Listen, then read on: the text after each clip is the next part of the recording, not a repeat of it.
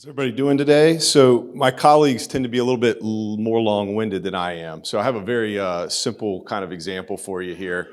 And real kind of case here, what this looks like.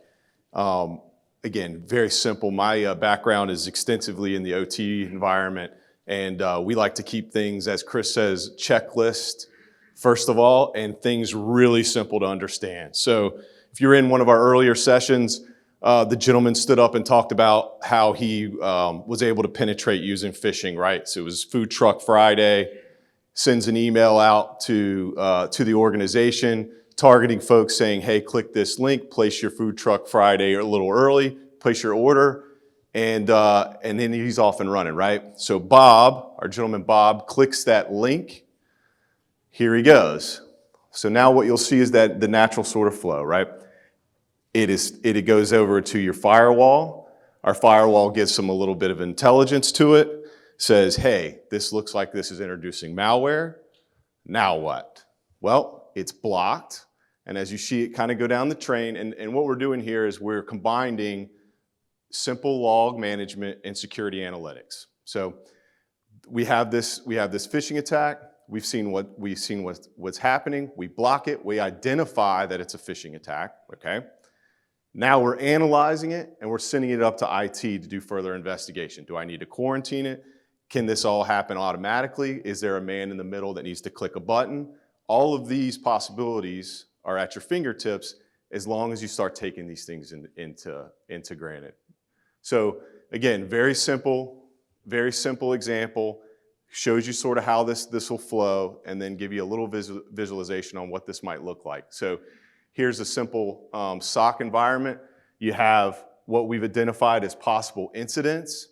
So now your folks, and again, we always talk, and a lot of these is not having enough people, not having enough folks with the abilities to take care of these things on themselves, right? So now we're automating this process. We've recognized that maybe there's some incidents out there that need to be taken care of. You click through and bingo, your operators or whoever has a playbook now to address the situation, okay?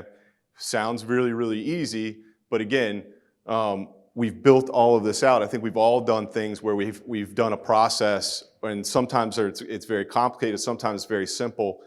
Then we have to go back to it 3 months later and go, oh, I remember how to do this. No, I don't really remember how to do this, and you start back at step one. So what you're doing here is effectively eliminating your time to respond, or at least lowering your time to respond significantly. Again, maybe in this case, right, we've already built the playbook, but if you go back to our other screen, we see the visualization, maybe this is where the playbook needs to be created because it's something that's been recognized as maybe a new threat to the environment. So again, all of these things automatically automated.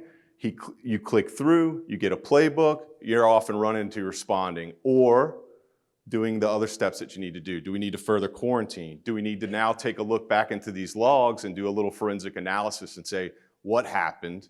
Where are we at? Did anything else change? Maybe you can even identify what they're going after. But again, it's just using simple tools. Again, log management's nothing new to the industry. Security analyzing is not new to the industry. But when you combine the two and you start looking at these things and as they correlate, then you start getting some really powerful solutions and ways to address these things.